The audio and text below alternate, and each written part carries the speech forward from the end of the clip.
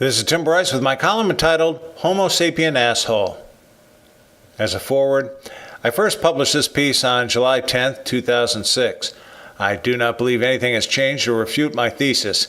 It's nice to know some things remain constant.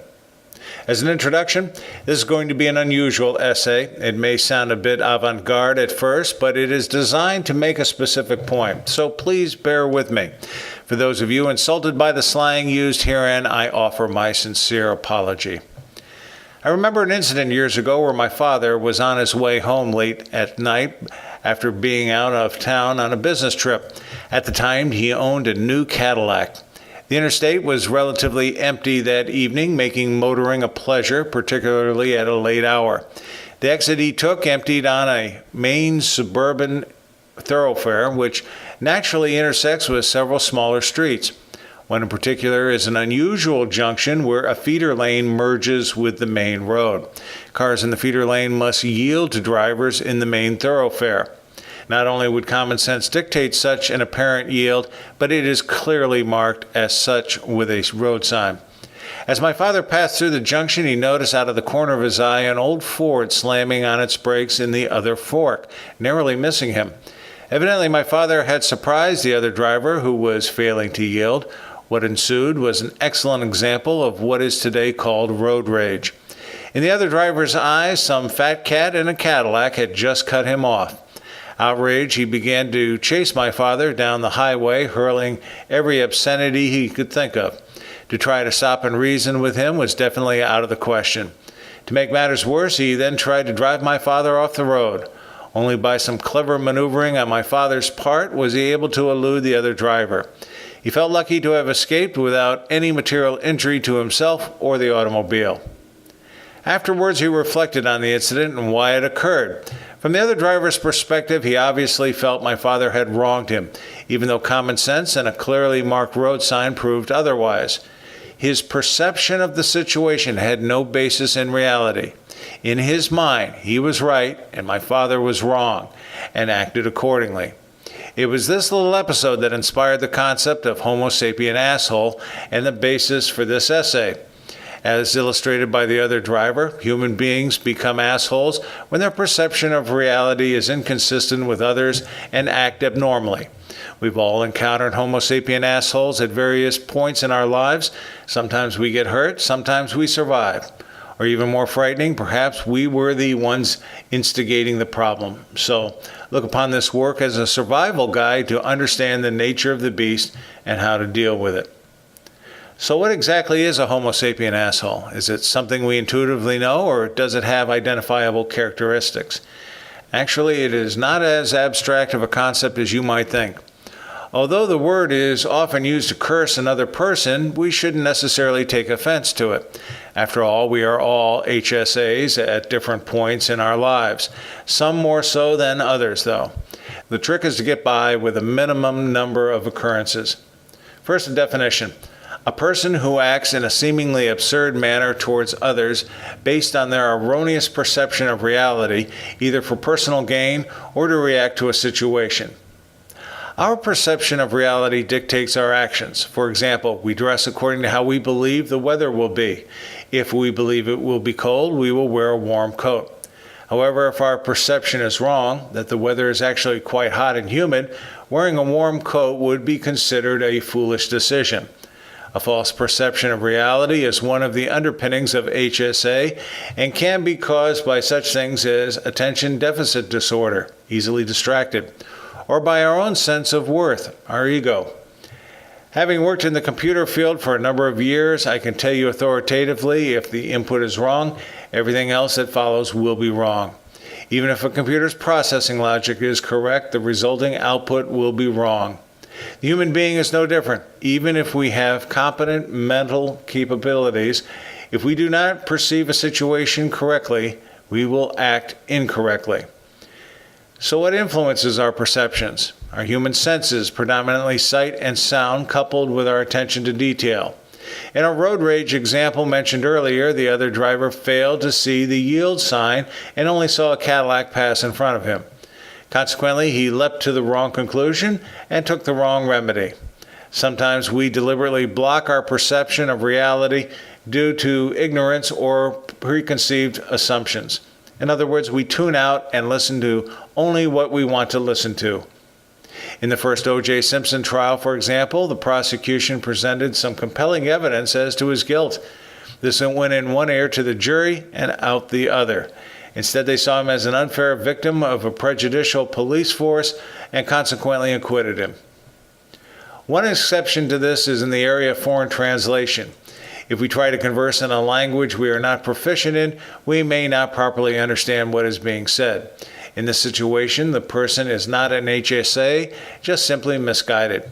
For example, I once had a visiting Australian ask me if the office had a rubber, whereas he was actually asking for an eraser. I knew it as a prophylactic, hence confusion. The same phenomenon is true observing the local customs in a foreign country.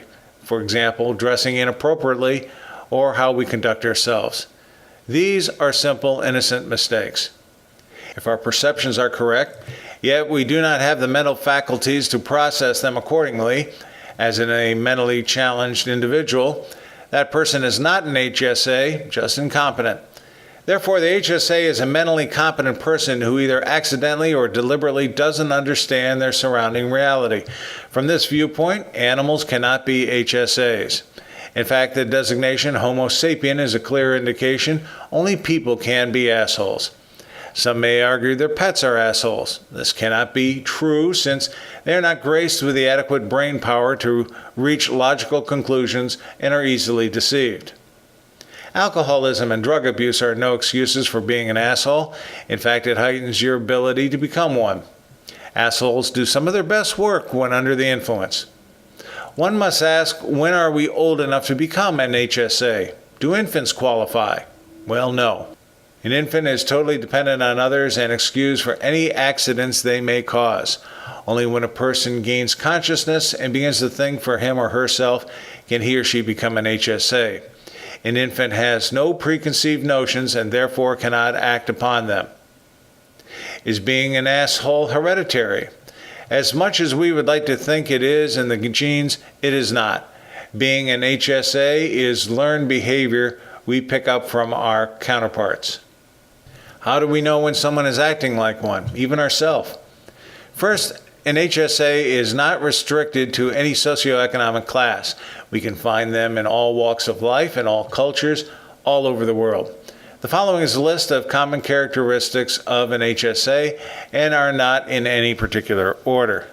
For example, when we try to talk authoritatively about something we know nothing about, also known as bullshit. We use abusive language to berate another, particularly when they don't deserve it. We make change simply for the sake of change. Even worse, not changing when times dictate you should do otherwise. We jump to conclusions without learning all of the facts. The press is notorious for shaping public opinion by carefully controlling the dissemination of information. People act according to what they know. If they do not know the facts, they may make erroneous decisions. When you cut someone off to suit your whims, either in traffic or conversation, there's a general lack of courtesy today which is greatly affecting our interpersonal relations.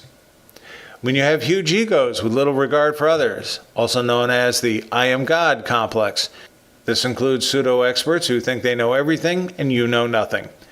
Dictators also fall into this category, be it a government company or nonprofit organization. These are people who zealously exert their will over their constituents because they have little regard for them.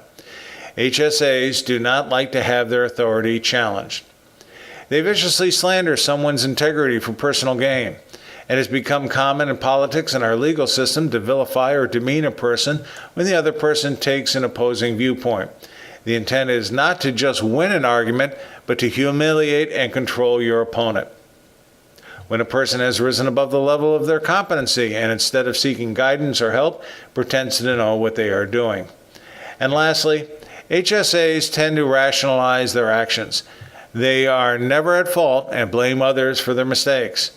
Very few people today are willing to admit they made a mistake and assume responsibilities.